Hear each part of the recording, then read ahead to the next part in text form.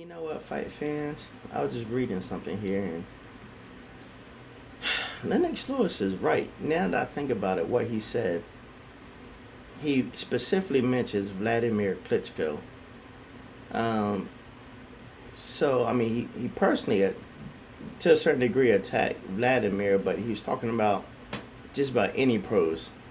Of course, they're talking about letting professional fighters um, fight at the Olympics as amateurs, which is really kind of weird because if you're an amateur and you turn pro, you can never fight as an amateur again.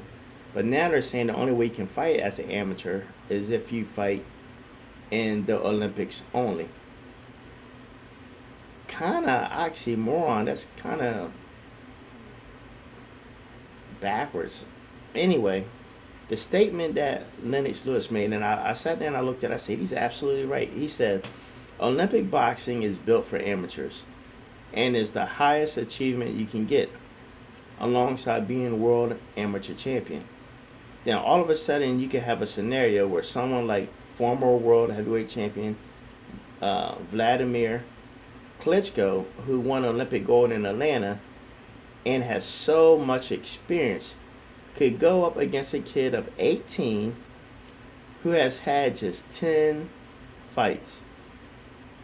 That's true. So anybody that understands going open, you have to be the fight in the 18 and up men's bracket. You only have to be 18 and you only have to have at least 10 fights. That's it. So you got somebody like Vladimir that's had tons of amateur fights and then turn around and have what, over 50 something professional fights. Is that really fair for him to go against a kid that's only 18 years old, just has 10 fights?